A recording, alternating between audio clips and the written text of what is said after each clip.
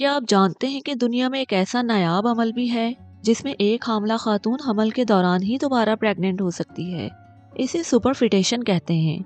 سپرفیٹیشن اس وقت ہوتی ہے جب ایک عورت پہلے سے حاملہ ہو لیکن اس کے جسم میں ایک اور بیضہ خارج ہو، وہ بھی فرٹیلائز ہو جائے اور فرٹیلائزیشن کے بعد یوٹرس میں امپلانٹ بھی ہو جائے۔ عام حالات میں ایسا ہونا اس لیے ممکن نہیں ہوتا کیونکہ حمل کے دوران عورت کے جسم میں ایسٹروجن اور پروجسٹرون نامی ہارمونز بہت زیادہ ہو جاتے ہیں جو اووریز میں نئے بیضوں کو خارج ہونے سے روکتے ہیں۔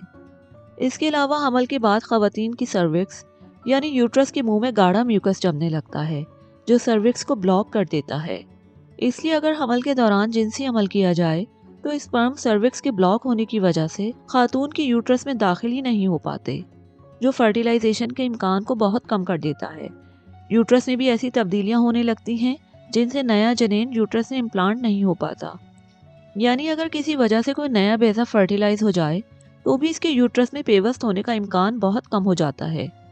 لیکن کچھ خواتین کے جسم میں ایسا ممکن ہوتا ہے کہ حمل کے دوران ایسٹروجن اور پروجسٹرون ہارمونز کی زیادتی کے باوجود بھی اووریز سے بیضے خارج ہونے لگتے ہیں۔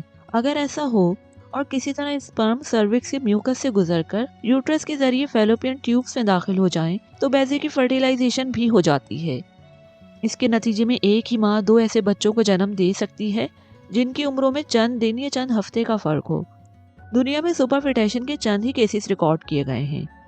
سائنسدانوں کو یہ علم نہیں ہے کہ حاملہ خواتین کے جسم میں بعض اوقات ہارمونز نئے بیضوں کو خارج ہونے سے کیوں نہیں روک پاتے۔